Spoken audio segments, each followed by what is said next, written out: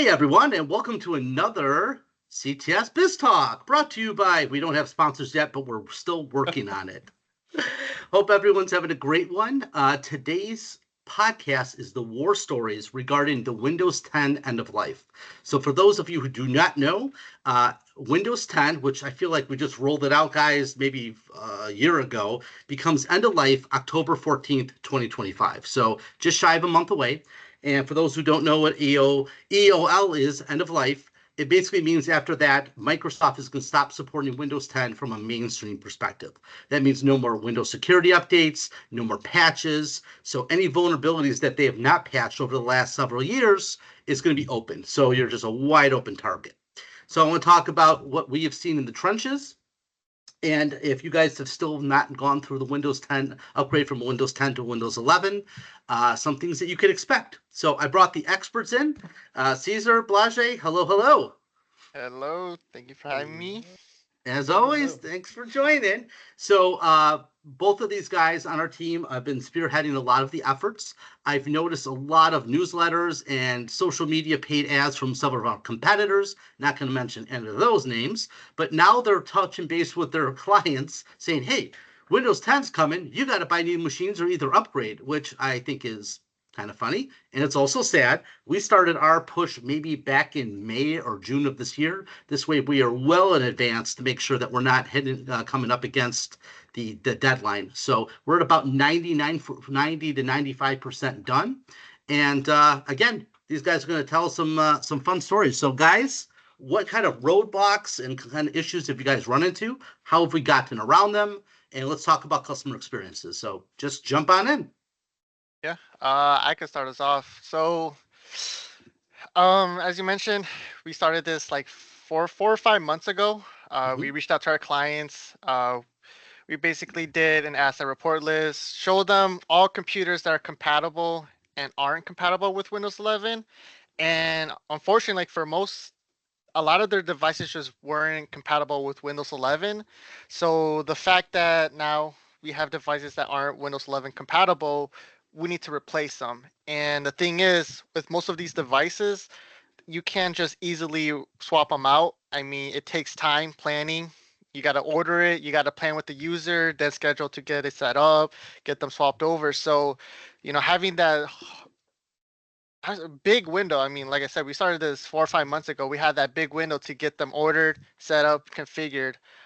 So time is of the essence here. We got them, like I said, moved over. Not just compatibility, but also I want to say budgeting constraints, right? I mean, budgeting is a huge thing. These yeah. computers nowadays are not cheap. No. And if you do decide to cheap out on a computer, it's not good. I mean, it's not gonna perform well. No, I think no. we had like a i3 machine that was Windows 11 ready, but I think that within the first week the users were complaining about it. I mean, yeah. Yes, it's cheaper, but you gotta spend the money to have a good time with it. Yep. So talk to me about what compatibility means. So I'm running Windows 10 out there. How do I know if I'm compatible or not to move to Windows 11? So Windows brought out this nice little tool. It's called a health check, and then inside of that health check, it runs a scan of your computer, and it tells you if your hardware is compatible with Windows 11. Okay. So the main thing it really looks for is your CPU. So any older CPUs, I think it was prior to Gen 11, 12, something like that. You are too old, so your Windows deems them too old to process or to run Windows 11 properly and at a decent pace. So that's a big thing. So it has to do with really the age of the processor, the age of the machine. Got it. Okay. Also the motherboard as well. They have the TPM chip on there as well. So if you guys don't know what a TPM chip is, I don't. It's a little chip that every motherboard has. It stores security, encryptions and credentials, and it just makes sure that the drivers and whatnot is trusted. So that could be old too, outdated. So that's a big thing. Mm-hmm. So if a machine is ballpark 4 or 5 years old, what are the likelihood of that being able to be upgraded to Windows 11? Yeah, you're right on that line. If you're 4 or 5 years Okay. old, you're right on that line. You may get lucky, and you may not get lucky. But then if you are lucky, it's a possibility that Windows 11 just won't run as You're nicely basically at the minimum spec to run it, and Yeah. you're not gonna have a great time, but if you could live with it, fine, until you could get upgraded to something newer hardware. Got it. Okay. I mean, I'm take with me you there. back to those days of Windows 10 upgrades. That was a breeze. Yeah, that was never fun. So, any other compatibility that we seen, like software-wise? Are there like older versions of software that wouldn't happen or work properly? So the big thing I feel like I have come across doing these is printer drivers. There's a lot of older HP printers that decided that, hey, I don't want to work with Windows 11. On a few, I got lucky with the workaround of a generic printer driver, but others, it's been kind of hit or miss. But it's rough. We already know in the IT world, printers are are the devil. So Yes. to add that stuff on top of it is it's just never fun. Got it. Okay. Yeah, not just drivers. I mean, sometimes softwares as well. Mainly, like we had a client that runs SolidWorks. They were Oh, running an older version of it, because that's all they had a license for. But you know, they're moving to Windows 11. That version of SolidWorks was just not going to be compatible in Windows 11. So we couldn't even install it Windows 11 until we uninstalled that application to then push through it. So it's just another thing to keep in mind when you're moving to Windows 11 and hey, am I still running this legacy software? Do I need to upgrade and purchase the new version? yeah. Yeah, I mean, this goes back to what I've been talking about a lot of the podcasts on is technical debt. And I know a lot of our clients, either they want to or they don't want to, extend the life of a piece of hardware or software. And, the hardware software manufacturers are on, they're anti keep it forever. They want to make their money, and keeping that old piece of software, printer or hardware, it's now catching up to them. And they have this technical debt that is holding them back. So, it's the world we live in. I guess another piece on software. Sorry to cut you off. Yeah, no, but another please. piece on software is it requires you to enable secure boot. So again, for if you guys don't know what secure I don't boot know. is,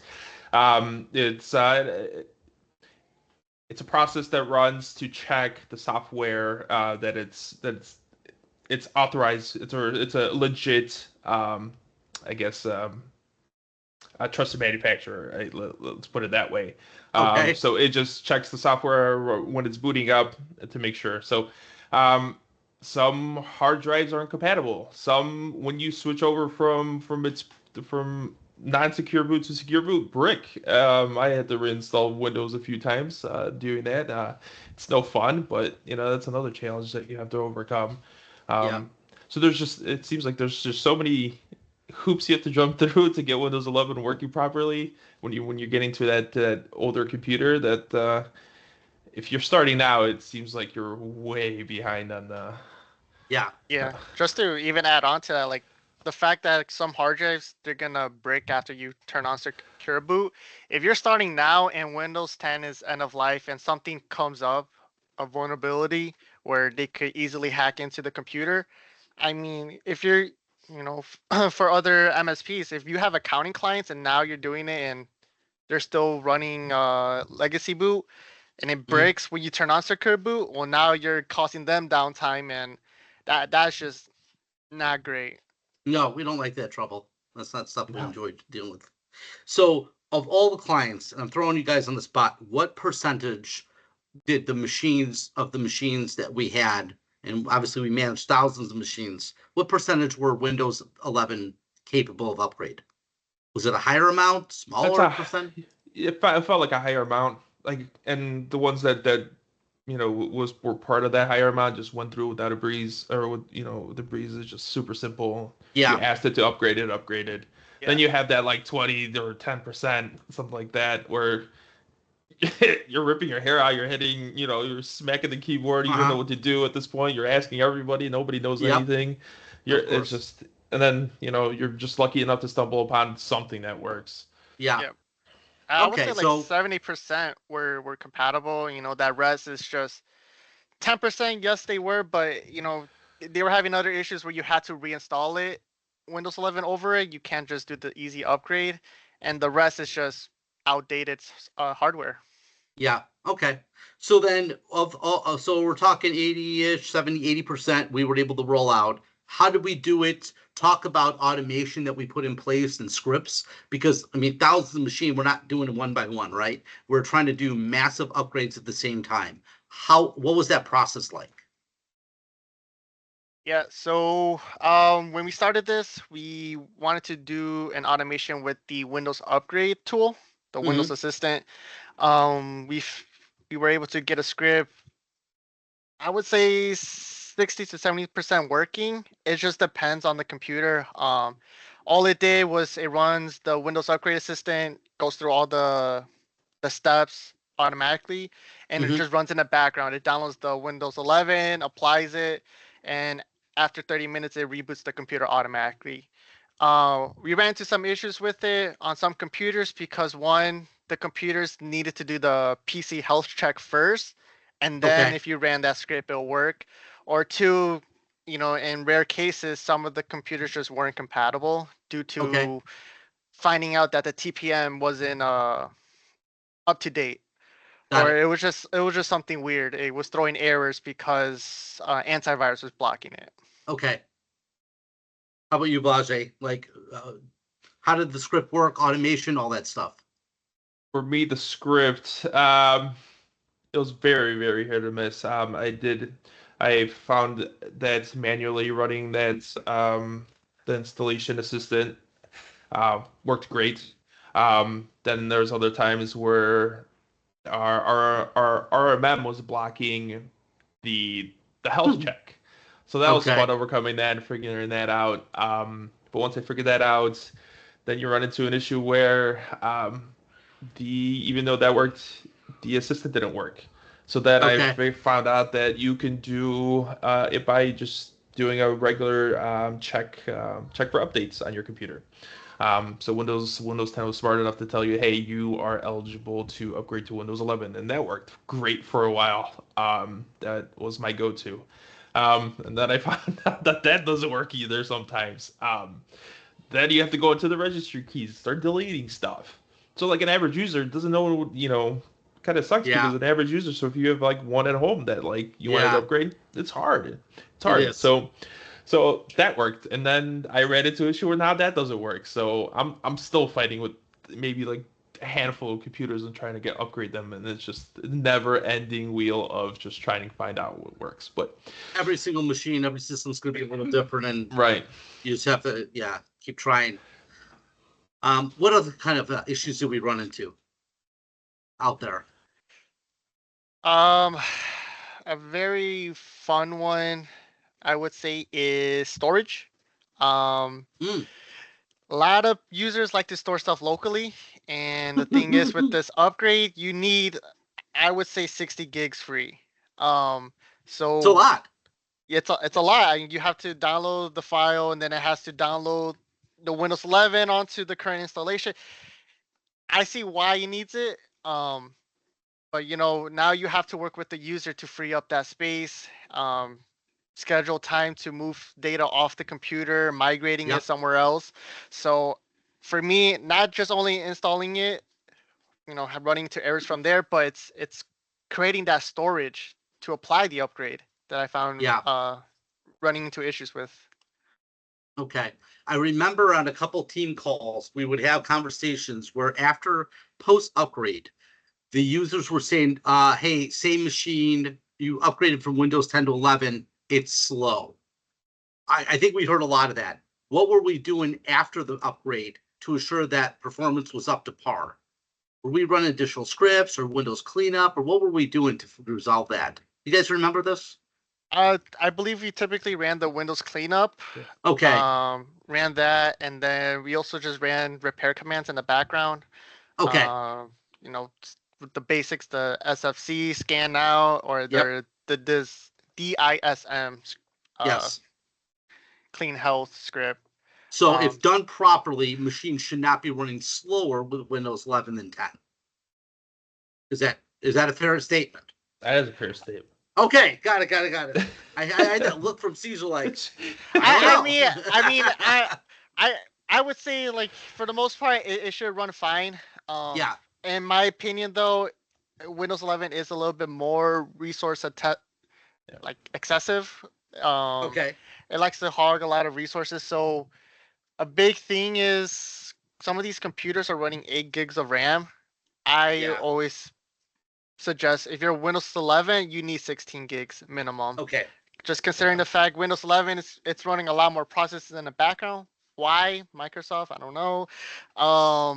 But not just that, you're also running your work apps. You're running Excel, Outlook, Teams, all that in the background, and that just eats up. So, it's just little things to account for. And yeah, I mean, the good stuff is if you're running a desktop, I mean, you could easily upgrade the memory on a machine for like literally like what, 60, 70, $80. It's dirt cheap to go from 8 to 16 gigs. So that's an easy fix. But if anyone has done an upgrade on your own or another provider has done it and your experience is sluggish, give us a call. There's things that we can run on the back end without any kind of purchases and definitely increase the speed. So Blazej, what else are we missing as far as tales from the what did I call it? The tales from the trenches, I think is what I said earlier. Yeah. Stories, yeah.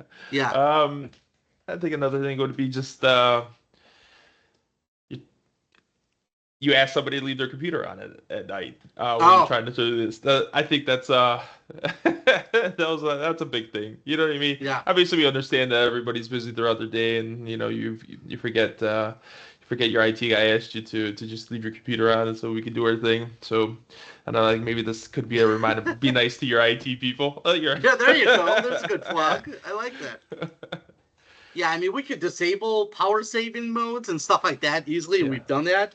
But I mean, if you are physically powering it off, there are things that we could do to what's called wake on LAN and stuff like that. But if that stuff's not enabled or it's not available, like it doesn't turn on. And it's also better that you have this done when you're not working rather than us bothering you while you're working and disrupting your workflow. So it's just another thing to keep in mind. Have it done when you're not working.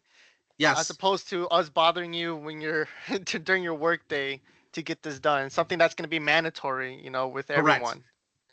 That is a great thing. I want to say, and kudos to you guys, because you've had some late nights that we do this after hours for our clients. I know a friendly competitor, they say no. And we are doing the upgrades during business hours because we don't want the techs to be up late. And I get it, but we've done a pretty good job at that. And as long as we can kick people off at a reasonable time, say 6 or 7 p.m., the whole process is done in an hour or two. You guys go play with your family, kids, friends, whatever, and eat dinner. And then you come back and you're like, cool, everything's green and we're all good. So yeah, good stuff. Awesome.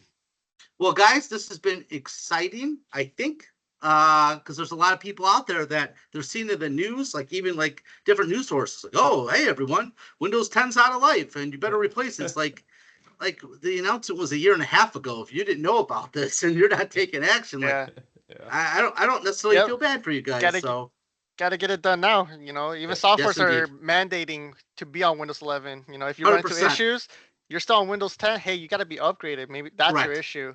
So yeah, exactly. They're not going to provide support for Windows 10 anymore. They're just going to support Windows 11. So another thing to keep in mind.